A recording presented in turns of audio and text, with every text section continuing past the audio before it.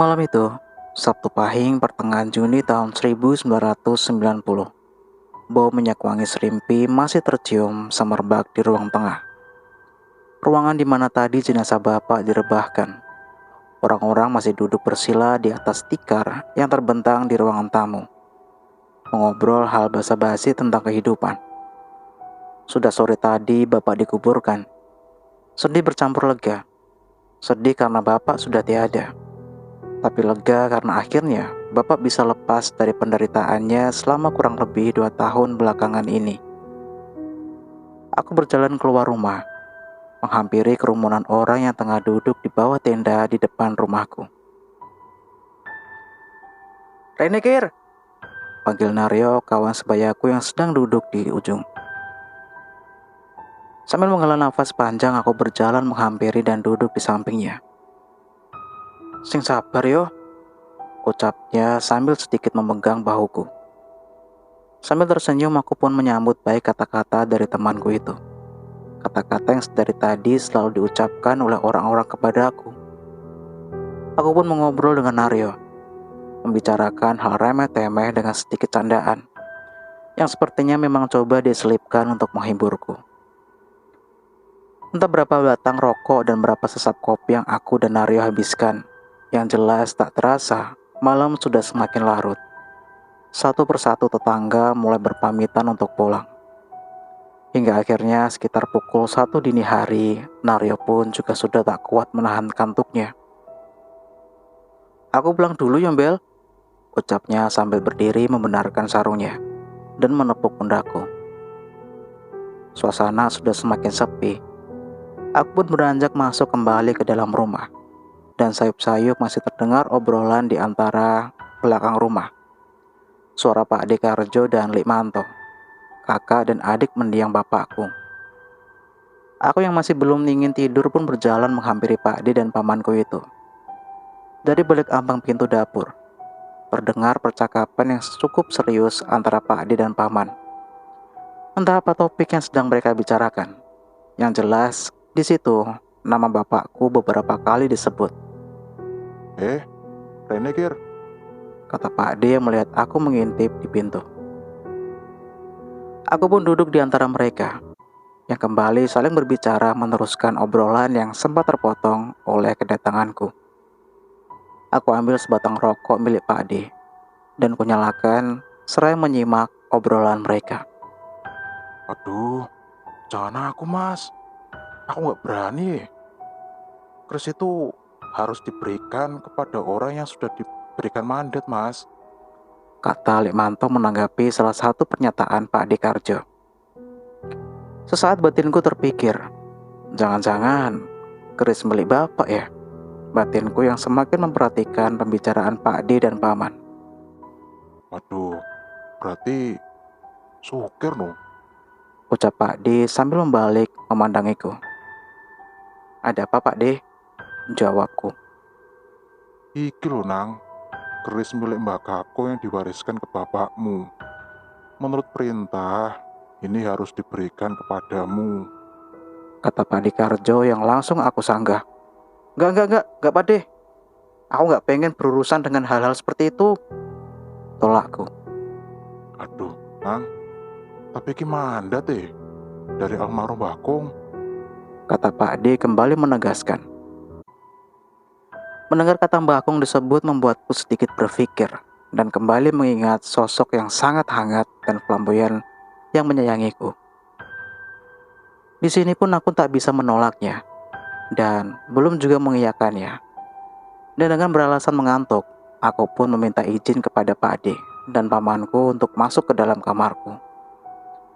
Sebenarnya hanya untuk keluar dari pembicaraan ini saja. Lagi mau bapakku ora ono sing dibahas sing ora-ora. Kaya ora ono dina wae. Gerutuku dalam hati sambil berjalan menuju kamarku. Saat aku berjalan, sempat kulihat dari luar pintu kamar, ibu yang sedikit terbuka. Tampak ibu sudah tertidur bersama Bude. Aku tengok dia sebentar dan aku pun kembali berjalan masuk ke kamarku. Aku merebah memandangi langit-langit kamarku. merangkai kenyataan yang masih seperti mimpi. Beberapa detik kadang aku terlupa jika bapak sudah tiada. Hingga perasaan rasa kantuk pun memaksaku untuk tidur. Aku pun terlelap di kamar itu. Singkat waktu, aku terbangun di subuh hari.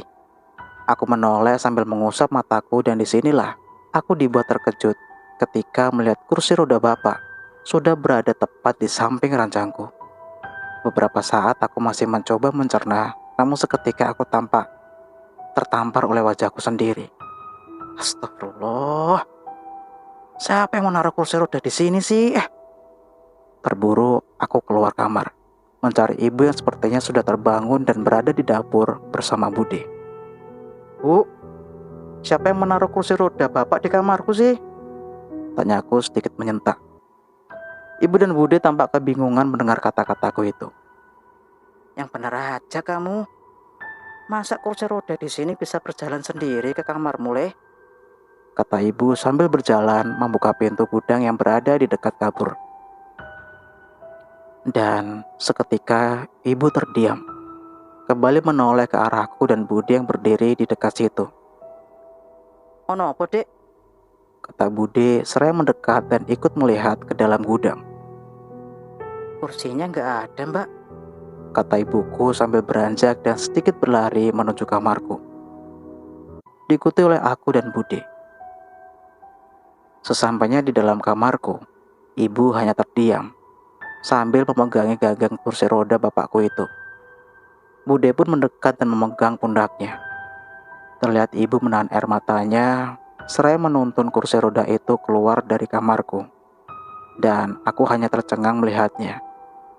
Beberapa saat setelah ibu dan Bude keluar, aku pun duduk di ranjangku. Dengan perlahan, kesadaranku yang mulai kembali. Aku ingat betul, memang dulu setiap pagi bapak selalu masuk ke kamarku, membangunkanku dan memintaku untuk mengantarnya berjemur di depan rumah dengan kursi rodanya itu. Bagaimana kursi roda itu bisa masuk ke kamarku?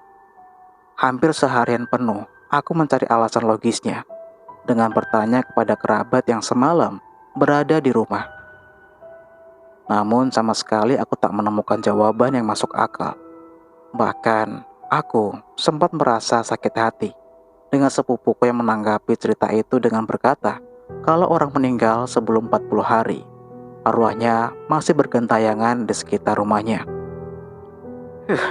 Dipikir bapakku setan gentayangan apa? Batinku waktu itu.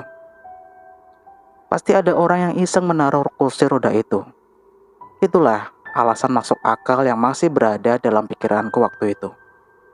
Hari pun silih berganti dengan biasa saja. Acara doa 1 hari hingga menuju 7 hari berjalan lancar sewajarnya kalau Pak D dan Pak D, Paman, terus saja merayuku agar menerima keris itu yang lama-lama membuatku sedikit muak dan risih. Kenapa harus sekarang membicarakannya? Ini kan masih sangat berkabung, pikirku menggerutu. Hingga sampailah aku pada malam di mana semua teror berawal. Tepatnya 8 hari setelah kepergian bapak, aku dan ibu sudah selesai berberes, menggulung karpet di ruang tamu dan menata meja kursi seperti sedia kala. Tenda di depan rumah juga sudah diturunkan sore tadi. Tak lupa juga ibu melipat kursi roda bapak dan memasukkannya ke dalam gudang. Sekitar pukul 22 atau 10 malam, ibu masuk ke dalam kamarnya. Begitu juga dengan aku yang langsung mengempaskan tubuhku di atas kasur. Semua akan baik-baik aja, kataku sambil melipat kedua tanganku dan menjadikannya bantal. Menit berlalu, mengantarkanku kepada rasa kantuk. Aku pun memejamkan mata yang sudah mulai berat ini. Hingga tak terasa, aku pun terlelap dan bermimpi. Iya, seperti dugaan kalian semua, aku bermimpi tentang bapak. Dia mendatangiku di sebuah lembah dekat rumah, sambil membawa bungkusan hitam yang dipegang oleh kedua tangannya. Iki kudu ditompo ya, Le. Ucap bapak menyodorkan bungkusan itu dalam mimpiku. Apa ini, Pak?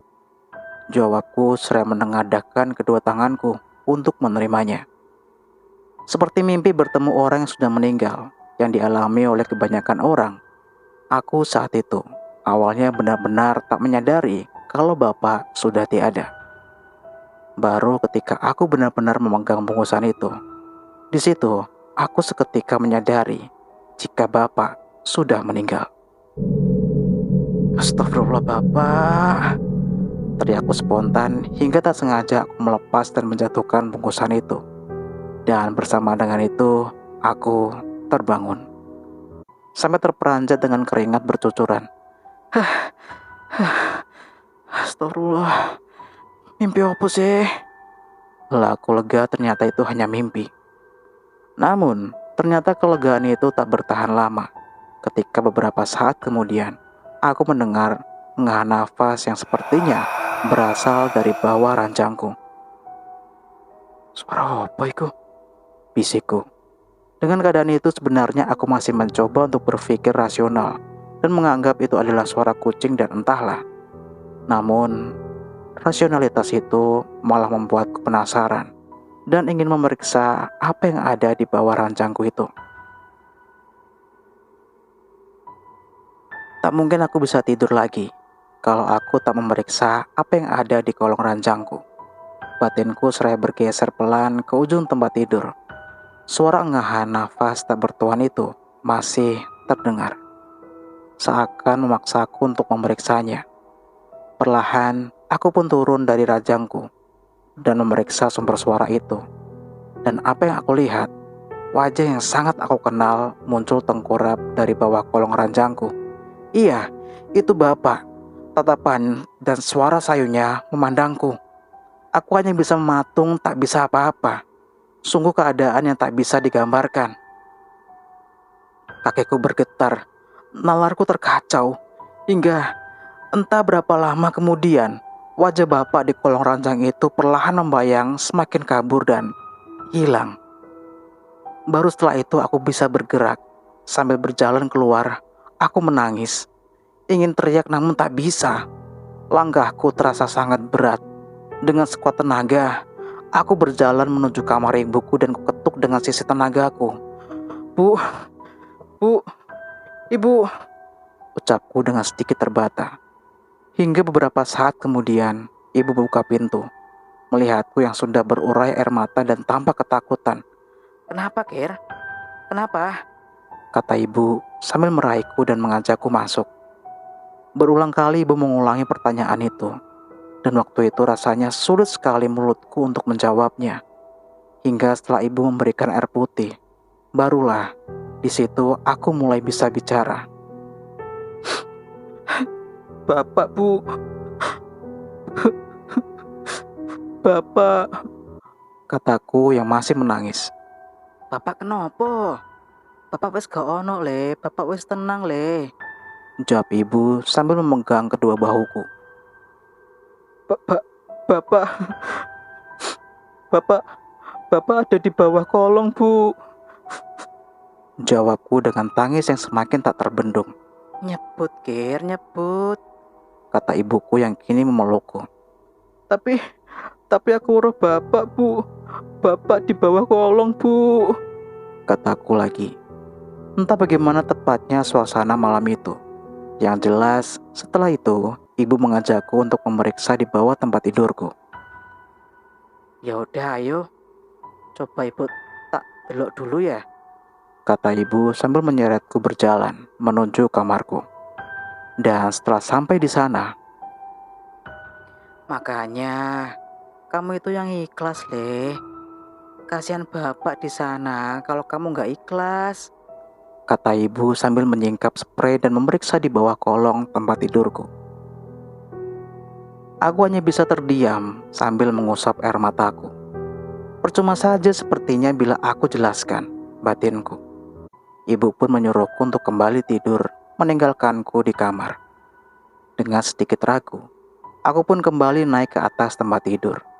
Sambil kurai tasbih yang berada di meja. Kurebahkan tubuhku, kupejamkan mataku dengan pikiran yang sebenarnya masih berkutat dengan hal yang tadi baru saja terjadi. Apa benar itu Bapak? Batinku berdebar. Ku tengok ke arah jam dinding yang sudah hampir menunjukkan pukul 2 dini hari. Suasana tampak senyap dan aneh. Dingin menusuk tubuh. Ku tarik selimutku dan kupejamkan mataku kembali, berharap aku bisa tidur lagi. Entah berapa lama menit berlalu, dengan aku yang masih saja terjaga. Berulang kali aku membolak-balikan posisi tidurku untuk mencari yang ternyaman. Namun nyatanya, aku juga tak bisa terlelap. Pikiranku masih saja berada di bawah tempat tidur, hingga terdengar suara lagi. Namun kini berasal dari balik jendela.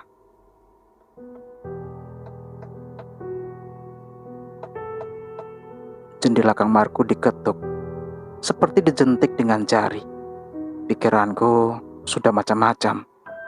Dengan perlahan aku menoleh ke arah jendela di sudut kiri kamarku itu, yang bodohnya hanya bertiraikan kelambu. Ketukan itu terdengar lagi, dibarengi dengan bayangan hitam yang berdiri di baliknya. Aku tak begitu yakin, karena memang suasananya agak gelap. Namun, ketika bayangan itu mulai semakin mendekat, di balik kaca semua tampak dengan jelas. Dan Kir, Sukir. suara dari balik jendela itu memanggilku. Dan itu adalah suara Bapak. Aku terkejut sontak memalingkan tubuhku. Dengan ketakutanku, kututup kedua telingaku. Kir, Sukir. Suara Bapak masih terdengar terus memanggilku. Astagfirullah. Astagfirullahaladzim ya Allah. Astagfirullah. Ucapku terus menerus. Karena suara Bapak masih saja terus manggilku, aku pun bangkit dan berlari keluar dari kamar. Ampun. Teriakku tergopoh-gopoh berlari menuju kamar ibuku. Bapak, Bu. Bapak. Ucapku gelagapan, seraya menggoyangkan tubuh ibuku yang sedang tertidur itu. Ibu pun terbangun dan segera memelukku. Nyebut, Kir, nyebut, kata ibu mencoba menenangkanku. Kamu gak mau merawat Kris Mbakung kan? Gak apa-apa, Le. Gak bisa dipaksakan. Tapi kamu harus sanggup seperti ini terus. Gak apa. Ibu tetap mendukung keputusanmu. Nanti ibu bantu cara melewati ini semua ya, Le. Sing sabar, Le, kata ibu yang seketika membuatku berhenti menangis dan kebingungan. Malam itu pun aku tidur bersama ibu. Dengan perasaan dan pikiran yang masih kacau, akhirnya aku pun terlelap di pelukan ibu seperti anak kecil masa lalu. Singkat cerita, aku pun terbangun keesokan harinya dengan badan yang terasa tak enak. Kepalaku pusing dan semua bagian tubuhku terasa sakit. Mungkin ini karena kejadian semalam ya, Pi ya. Duh, pusing banget ya Allah, batinku. Aku menoleh ke samping ibu. Ibu sudah tak ada di sampingku. Samar-samar, aku mendengar suara orang yang tengah berbincang. Sepertinya itu Pak Dekarjo dan Lek Manto yang sedang mengobrol dengan ibu di ruang tamu. Ngobrolin apa mereka? Pasti tentang keris itu lagi. Batinku yang kembali duduk di atas tempat tidur karena tak tahan dengan pusingnya kepalaku. Tak selang berapa lama, ibu masuk ke kamar dan memintaku keluar untuk menemui Pak D dan Paman. Dengan sedikit dipapah, aku keluar dari kamar, berjalan menuju ruang tamu dan duduk di hadapan Pak Dekarjo dan Lek Minto. Sebuah keris tergeletak di atas meja dengan kain putih yang menutupi seluruh bagiannya. Iki kerise, Kir. Ucap Pak D dengan pandangan yang memohon. Entah apa yang aku pikirkan. Dengan sadar, aku ambil keris itu, kubuka ketemali dan kain kafan yang membalutnya. Bau minyak klenik mencuat membawahi isi ruangan. Dengan agak gemetar, kucabut bilah keris itu dari sarungnya. Kupandang setiap balik sisinya. Dan dengan aneh mendadak, tubuhku bercucuran dengan keringat. Aku menyadari tubuhku yang tadi terasa sakit, kini tak lagi. Begitu juga dengan peningku yang begitu saja menghilang. Karena aku merasa aneh, aku lemparkan kembali keris itu di atas meja, tanpa menutup bilahnya. Piye? Apa yang kamu rasakan? Tanya Pak D kepada aku. Aku masih ragu untuk menjelaskan apa yang aku rasakan saat itu. Kualihkan saja dengan aku bercerita tentang kejadian semalam. Pak D, Paman, dan Ibu tampak mendengarkan ceritaku dengan seksama. Dan di akhir, aku tutup dengan pertanyaan. Apa harus aku yang merawat keris ini, Pak D? Tanyaku. Persis kui, persis. Kata Lik Minto yang terdengar tak nyambung dengan pertanyaanku tadi. Persis pripun, Pak Lek? Tanyaku mengeritkan dahiku. Yo persis. Persis kayak yang dialami bapakmu waktu dulu akan menjadi pewaris keris ini. Ucap paman yang berlanjut dengan ceritanya. Ternyata dulu bapak juga seperti aku. Sempat tak mau menerimanya dan mengalami gangguan hampir mirip dengan apa yang aku alami. Apa aku terima saja ya mandat ini? Pikirku setelah mendengar sepenggal cerita dari Lik Minto itu. Namun belum sempat aku menjawab, ibu langsung menyela. Tapi ini juga tidak bisa dipaksakan toh. Apa tidak bisa kalian saja merawat? Tanya ibu yang mulai sedikit emosi. Ora iso, Dek. Nggak bisa. Ini sudah menjadi mandat turun-temurun. Kalau masalah merawat, nanti aku sama Minto saja ikut membantu. Tapi keris ini harus ada pewarisnya dulu sebelum 40 hari.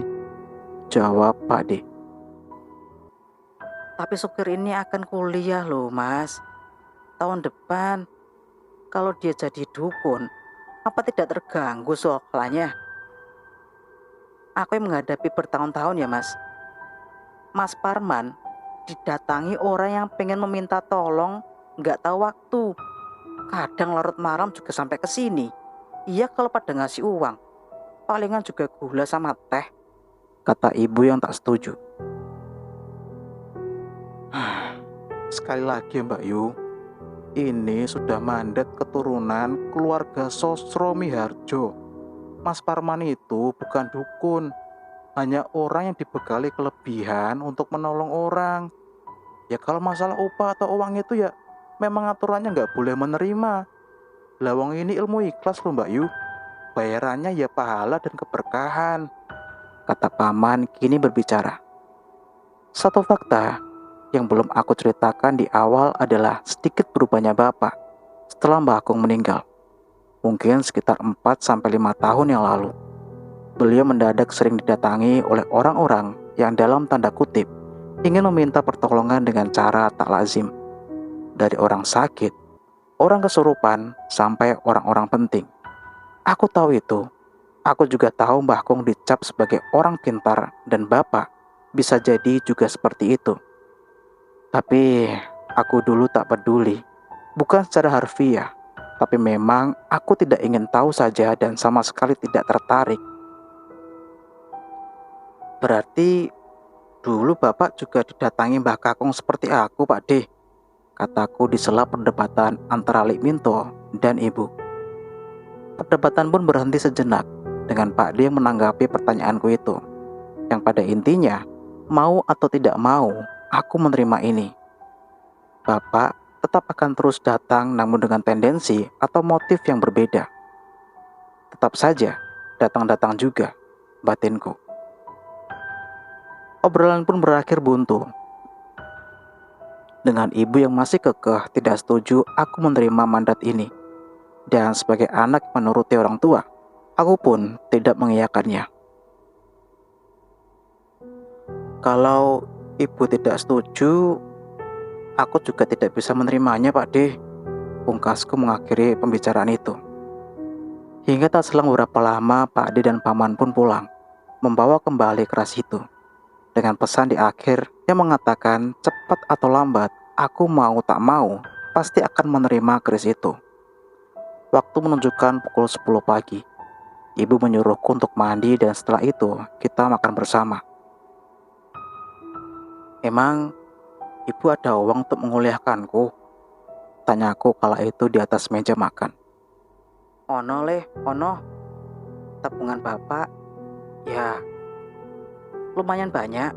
Cukuplah buat kamu kuliah dan kamu nikah kelak, jawab ibu sembari menyuap nasi ke dalam mulutnya. Aku pun mengangguk sejenak dan kembali makan. Terlintas keraguan dalam pikiranku tentang omongan Pak Ade tadi, perihal sosok yang menyerupai bapak itu yang akan terus datang. Apa aku kuat ya, Bu? Kalau kejadian seperti semalam itu terjadi lagi gimana, Bu? Tanya aku. Kuat, nak.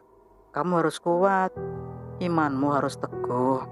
Asal kamu tahu ya, yang semalam menemuimu itu bukanlah bapakmu. Hanya jin yang menyerupai almarhum bapakmu saja.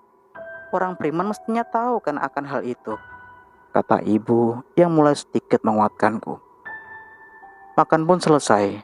Ku bawa piring bekas makanku ke dapur. Dan setelah itu, aku bersantai di belakang rumah sambil menyesap kopi dan mengisap rokok.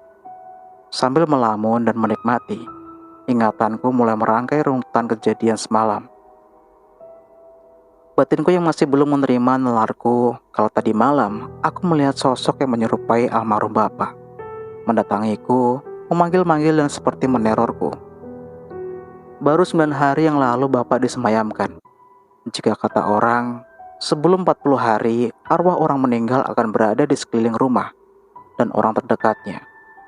Apakah yang semalam mendatangiku adalah benar almarhum bapak? Atau aku lebih baik mempercayai kata ibu, bila itu hanyalah jin yang menyerupai bapak saja? Aku pun tidak bisa memastikannya. Yang jelas, apa yang kulihat semalam adalah wajah bapak yang sangat aku kenali. Cerita pun bersambung.